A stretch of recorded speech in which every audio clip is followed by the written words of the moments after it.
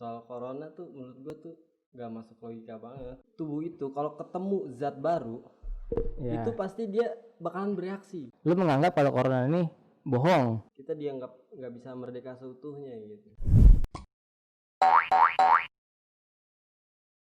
Fajrul Islam. Idih. Gila sih. Lu panggilnya apa? Fajrul apa Iyo? Ya, iyo aja deh iyo. Iyo ya. Iya. Yuk. Gua kan sering nongkrong nih sama lu nih. Lu setiap gua nongkrong sama lu bahasa corona terus. Iya. Maksudnya apa sih? Lu ngapain? Gimana ya? Soal corona tuh menurut gue tuh gak masuk logika banget. Masuk logika gimana? Apa namanya? Dari segi apanya ya? Semuanya dah. Contohnya? Yang gua kesel tuh kenapa? Contohnya nih ya. Ya. Dari diagnosanya aja. Diagnosanya tuh kayak OTG. Menurut gue tuh OTG tuh nggak ada. Orang tanpa gejala. Iya sih, gue bingung juga sih, maksudnya gue sakit enggak gitu kan, sakit enggak nggak ada gejala-gejala, tahu-tahu vonis corona. Nah itu lu kayak gini, tubuh itu kalau menurut biologi ya, ilmu biologi, tubuh itu kalau ketemu zat baru itu pasti dia bakalan bereaksi. Ada responnya. Ada responnya, reaksi. Contohnya lu makan obat, minum obat gitu. Ada efek samping. Ada efek samping karena tubuh pada saat itu mendeteksi bahwa ada zat baru. Apa misalkan efek sampingnya, misalkan lu namanya meriang, bisa panas dingin kan gitu. Ada biasanya kalau di obat-obat tuh ada namanya efek sampingnya gitu, mual-mual gitu. Nah ini katanya virus bahaya, ya kan? Virus yang mematikan tapi tanpa gejala gitu. Aneh gak? Tapi kan banyak, maksudnya kayak kemarin tuh gue ngundang temen gue kan, dia alumni Wisma Atlet.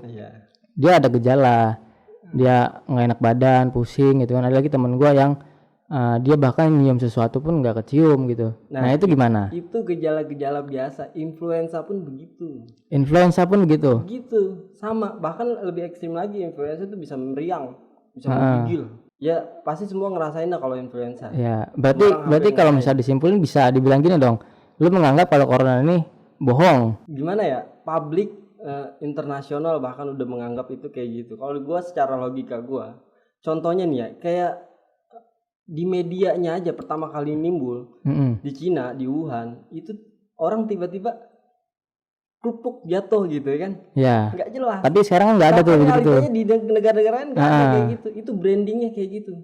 Yang gue lihat. Orang lagi jalan tahu-tahu jatuh gitu ya. Ya kan bilang corona kayak gitu kan di awal Januari tuh kayak gitu kan. Itu diponis corona ya kan. Pada saat itu di Wuhan. Padahal di Indonesia yang positif corona nggak ada yang kayak gitu. Gitu. Gue berpikir ya kan, awal-awal sih gue mungkin percaya lah ya di Wuhan itu, oh mungkin apa iya sampai segitunya kan virus.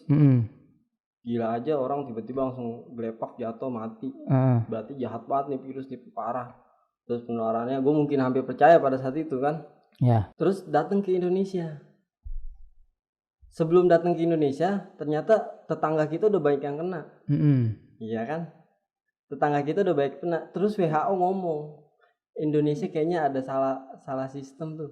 Pernah dengar cerita salah gitu? Tanggapan maksudnya? Salah apa ya? Kayak ada WHO pernah ngomong kayak gitu. Jadi coba deh periksa lagi Indonesia. Kayaknya dipaksa buat ada yang positif seperti itu. Dipaksa buat ada yang positif? Kalau yang gue lihat. Padahal Indonesia pada saat itu langsung penerbangan, ekspor impor diberhentiin kan semua. Iya. Ya kan pada saat itu awal Maret. Tahu lah semua di berita. Terus yang apa namanya TKI, TKW di Wuhan di Cina semua dikarantina dulu di Natuna. Tahu kan? Seharusnya situ putus gitu.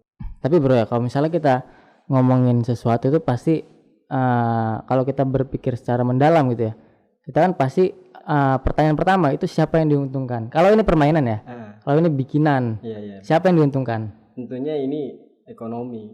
Kembali lagi ekonomi. Ekonomi siapa? Ekonomi yang gue sering denger nih ya, yang gue selamatin. Walaupun di sosial media, tapi menurut gue objektif. Kalau menurut gue gimana ya, relate gitu, sesuai gitu dengan kenyataannya gitu.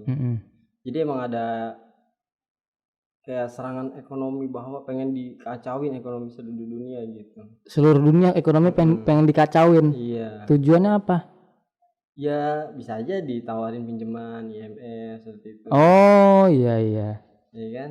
Ya negara-negara kolaps seolah-olah datang, nih gue punya duit nih, mau minjem nggak? Ah gitu kan? Indonesia termasuk menurut gue kuat. Makanya ditekan terus. Tapi kan kita sekarang resesi. Belum sampai apa namanya? Krisis kan, belum sampai krisis kan. Tapi resesi itu udah bisa dibilang krisis dong. Iya, lebih parah dari krisis sih. Ya gitu. Makanya kucuran dana juga dari sana kan lumayan, dengar gue ya, belum tahu juga. Nah, itu emang yang diserang itunya menurut gue. Kalau dari segi apa namanya?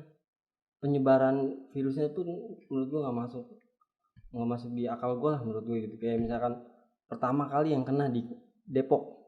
Iya, Depok ya. Pertama itu Depok. Udah sembuh dan yang kontakan sama dia udah di karantina, seharusnya berhenti di situ. Dan awal-awal gue lihat itu persebarannya ada tuh garis-garis persebaran dari Depok ke Jakarta Utara, ke Jakarta Pusat tuh, begitu ada garis-garisnya.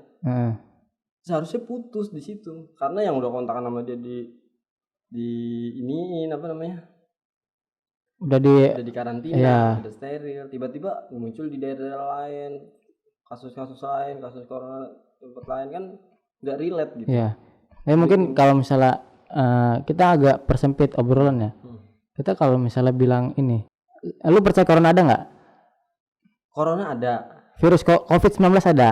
Tapi yang 19-nya ini. Maksudnya gimana? Jadi corona itu adalah virus corona ya semacam influenza. Dulu sebelum Corona 19 ini yang anggap COVID-19 ini ada namanya corona kayak flu burung ya kan. Oh itu corona namanya. Itu corona itu namanya. Corona. Itu corona disebutnya. Cuman makanya disebutnya corona baru ya karena baru ditemuin di Wuhan jenis corona itu. Katanya dia selalu berevolusi apa segala macam gitu kan. Kan sampai ada di pepaya itu kan. Iya. Ada di hewan. Nah, selalu berevolusi. Nah, di apa namanya dipatenin bahwa nih virus ini baru tahun 2019 gitu. Berarti lu percaya kalau corona ada tapi COVID yang COVID itu kan coronavirus maksudnya. Ya, COVID-19 maksudnya. 19 itu ditemuinnya 2019. Iya, berarti yang sekarang. Yang 2019-nya itu kok kurang cocok gitu. Gitu. Berarti lu bisa dibilang lu enggak percaya dong. Coronanya mah ada gitu, tapi yang barunya ini loh yang gua nggak percaya. Iya. Terlepas daripada kalau ngomong kayak gini ngeri juga gua. Jujur aja habisin diciduk kan. Jujur gua ngeri aja ngomong kayak gini. Mohon maaf ya kan kalau ada salah-salah kata, terus nggak luput juga kita menghormati tim medis ya kan udah tangguh. Iya ini kan demokrasi lah, berpendapat boleh asal jangan menghina aja gitu kan. Enggak, gue nggak menghina. Iya. Cuman gue menyerap apa yang telah terjadi aja gitu. Menyerap kira-kira kok sampai begininya gitu. Terus yang gue lihat juga permainan apa jual beli alat kesehatannya itu. Oh iya. Itu kan bisnis banget semua udah. Kayak rapid test gitu. Rapid test tuh dari harganya 500.000 sekarang udah banting harga jadi 200 bisa 150 ya kan. Iya. Itu kan motifnya bisnis banget. Kalau yang gue lihat ya. Tapi lu emangnya nih ya, gue setiap nongkrong sama lu nih pasti bahasa itu terus. Emangnya lu nggak capek apa? Apa ya gue? Maksudnya gini. Ya itu kan bukan lu nggak dibayar untuk itu. Lu bukan tugas lu buat ngomong itu, tapi lu tetap ngomong itu gitu loh. Ya jaring rela loh. Iya. Di penjara. Sebenarnya dia sepakat sih menurut gua nih, pandangan gua dia sepemikiran sama gua bahwa corona itu ya sebuah politik bisnis ya kan. Cuman dia terlalu berlebihan menghina suatu golongan, suatu kelompok. Ya jadi kesempatan menurut gua dijeblosin lah dia. Bahkan yang tadinya ngehina si Jering aja, sekarang mempercayai bahwa itu benar yang ngomong Jering gitu. Nah sekarang gini, lu bersuara corona bla bla bla bla gitu kan, tapi kan kalau kita dilihat dari sisi ini ya, dari sisi medis, mereka sakit hati bro. Wah lu nggak ngargain kita lo, yang udah begadang nggak pulang-pulang, tahu-tahu lu bersuara kalau corona nggak ada, lu nggak ngeliat gua. Nah bahasanya gitu kan. Itu gue juga bingung ya, misalkan kayak kebijakan politik soal pilkada ini ya. Nah itu seru tuh, menarik tuh. Gue sih hampir setuju sama pandangannya Jokowi ya soal pilkada itu harus ada tetap. Oh berarti lu setuju pilkada tetap dilanjut? Ya. Tapi ya dengan syarat di stop juga kasusnya, update kasusnya di stop juga gitu. Update-nya di stop. Update penularannya dia stop gitu. Update maksudnya beritanya atau virusnya nih yang di stop? Penularan virusnya kan setiap hari kan ada updatean terus tuh ya. Oh berarti beritanya lah ya. Beritanya di stop. Di stop juga menurut gue kayak gitu. Jadi sudahilah semua, baru berjalan dengan lancar gitu. Gue juga heran nih, si Jokowi juga yang gue lihat tuh kayak penuh tekanan gitu. Penuh tekanan. Iya, dia tuh maunya sih normal biasa aja. Mungkin kayak ada yang neken ketika dia bilang pilkada itu harus berjalan ya kan. Langsung pada gimana nih kayak gini, bakalan nimbulin klaster baru apa segala macam gitu kan. Bakalan meningkat tingkat penularannya ya kan. Iya maksudnya kita aja udah sibuk buat nyari makan ya susah gitu kan, apalagi sekarang di DKI aja PSBB gitu kan. Nah ini tahu-tahu mau pilkada gitu, masa pilkada yang harus diprioritaskan daripada yang lain-lain, kesehatan dan ekonomi kan gitu bahasanya. Nah itulah banyak orang yang membandingkan antara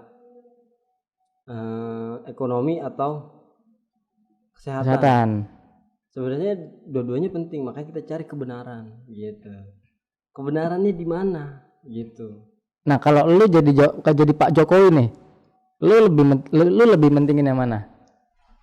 Ya gue selidikin, kira-kira bener gak sih? Kebanyakan yang gue lihat nih ya, yang kasus positif corona yang meninggal itu pasti ada penyakit bawaan yang diumumin kayak gitu. Oh jadi misal dia penyakit jantung ketika mati divonisnya corona dan jantung. Begitu. Itu menurut gua nggak objektif gitu ya. Nggak objektif banget. Maksudnya ya mungkin alasan mereka mitigasi, pencegahan ya kan. Tapi harus objektif lah, ketika dia corona ya bilang corona sesuai yang kan udah istilahnya udah ada tahu kan katanya. Gejala-gejalanya apa ya kan, sesak napas apa segala macam, pilek ya kan. Kayak gitu harusnya, kayak gitulah, harus objektif lah. Ketika dia corona ya dibilang corona, kalau enggak ya enggak gitu. Kayak misalkan OTG aja juga gue nggak sepakat banget sebenarnya. Serius, di rumah gue saudara gue juga ada yang kena, divonis positif corona dan dia sama sekali nggak ngerasain gejala. Dia OTG gitu. Gue udah coba jelaskan bahwa ini sama dia nggak usah takut, nggak usah panik, nggak usah. Banyak kan orang divonis kayak gitu jadi takut ya kan. Jadi imunnya malah rendah, jadi mati bukan karena corona, karena ketakutan gitu. Kebanyakan yang gue lihat kayak gitu, karena ketakutan tuh bisa membuat imun tubuh itu rendah, menurun gitu ya. Pokoknya kalau kepikiran berat itu yang timbul penyakit apa aja tuh banyak. Nah lu udah tes swab belum? Gue udah pernah ikut rapid test. Udah pernah. Kemarin kan gue ngundang temen gue itu yang di sini tuh, yang video kemarin itu kan. Jadi dia bilang kalau misalnya rapid test itu nggak menjamin bahwa hasil yang rapid itu, nah itu nggak menjamin kalau misalnya ya, itu acuannya gitu. Tapi harus swab, harus rapid plus swab. Nah lu kan berrapid nih, mau nyoba swab nggak lu? Gue sih nggak bakalan mau, karena gue lihat di situs, ada beberapa situs ya, dan dia menganggap bahwa swab juga nggak bisa jadi pakem, dia nggak bisa ngeliat virus. Dan sampai encing gue, saudara gue itu yang kena itu, dia juga sampai ini sama relate gitu, apa yang gue lihat di internet sama apa yang dia rasakan. Bener kata dokternya juga belum tentu bapak ini corona, padahal dia udah berstatus OTG lah. Berarti sampai sekarang itu belum ada dong acuan gimana caranya coronavirus itu dalam tubuh manusia dideteksi. Iya, jadi kalau kata yang gue nonton ini, bahasanya gini, kalau misalkan seandainya pencipta swab itu kan PCR itu kan tahun 2019-an lah yang punya baru meninggal, yang penemunya itu. Ya. 2019 awal lah kalau nggak salah. Itu kata si situs kalau dia masih hidup sekarang, itu dia marah bakal tes COVID. Alatnya penemuannya dia itu. Sebenarnya buat apa itu? PCR swab itu. Sebenarnya buat apa emang itu? Itu dia ngambilnya RNA apa-apa gitu, gue kurang paham ya. Jadi dia kan colok-colok hidungnya nih ya kan, dicolok-colok. Di dalam ini banyak makhluk mikro, bukan hanya virus, bakteri, protein apa segala macam banyak di sini.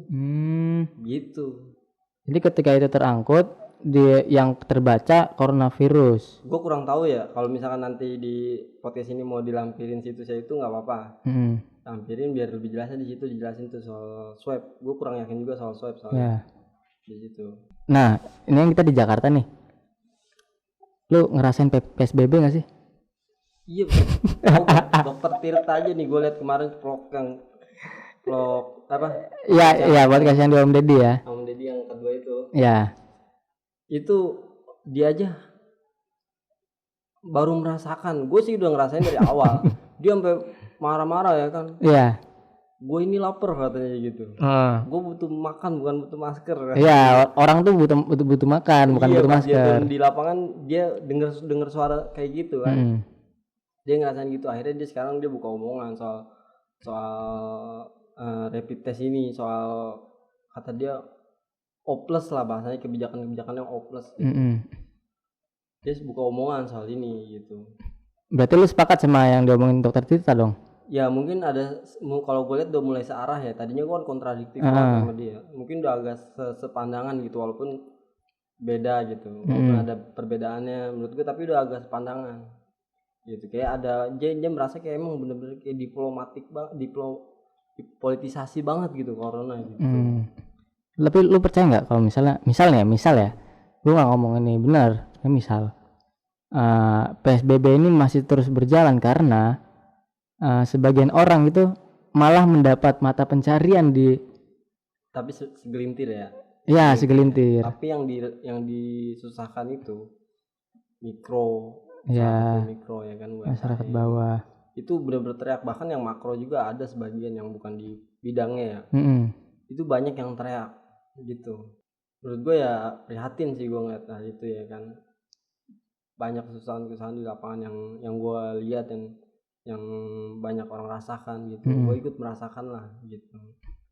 Nah lu yang di posisi sekarang, lu mau ngapain ke depan? Mau gue yuk, kita anggap lah ya, keadaan sekarang masih berlanjut sampai Desember misal. Lu gimana caranya lu masih tuh bisa bertahan hidup? Ya kalau gue sih dengan keyakinan agama gue ya kan, yang gue anut ya kan, pasti Tuhan kasih rezeki gitu ya kan. Ya mungkin enggak, tapi ya kasihan lah, hidup dalam penderitaan juga kasihan ya kan. Karena sekarang itu susah banget bro. Maksudnya kita boro-boro mikirin orang lain, mikirin diri sendiri aja susah. Iya nggak sih? Benar. Iya kan? Maksudnya gimana gue mau mikirin lu gitu kan, yang nggak bisa makan lah, gue aja nggak bisa makan. Nah kan gitu sekarang mah. Nah yang dikhawatirkan di sini itu terjadi konflik horizontal. Maksudnya? Yang udah banyak pakar bilang juga ya kan, karena ekonominya sangat rendah ya kan, resesinya rendah, terlalu parah gitu ya kan. Itu khawatir rentan konflik horizontal. Bahkan dokter Tirta kemarin dia cerita di vlognya Deddy, itu dia temennya ngomong kayak gini, dok udah dok lu nyuruh gua apaan aja, lagi utang kayak apa gua rela dah. Oh iya. Ya tahu kan lu? Iya. Hal itu udah nonton gua. Iya itu sampai segitunya ya. Sampai segitunya. Artinya emang rentan daripada kalau terus-terusan begini, rentan konflik gitu. Tapi sebenarnya lu percaya nggak sih kalau misalnya pemerintah pun juga bingung harus ngapain? Itu intervensi ya Indonesia itu nggak, gue sepakat sama omongannya Menteri Menkes zaman dulu ya, zaman SBY, Siti Nurfadila. Indonesia tuh pada dasarnya belum bisa berdaulat secara utuh gitu. Belum bisa berdaulat secara utuh. Artinya masih ada intervensi internasional gitu. Intervensi internasional. Bahkan Siti Nurfadila pada saat itu berkorkol di PBB kan. Iya. Soal bahwa flu burung ini bukan pandemi. Dia teriak-teriak pada saat itu kan. Akhirnya nggak jadi nggak ketok palu tuh di PBB bahwa flu burung ini bukan pandemi. Bukan kan? Pandemi internasional gitu ya. Iya. Dan dia bisa menghentikan flu burung secara politik gitu kan, bukan secara kebijakan. Dia bisa mengatasi itu. Tapi tetap antisipasi kita. Tapi dia dengan penelitian dia sendiri bahwa flu burung pada saat itu nggak bisa menular sama manusia.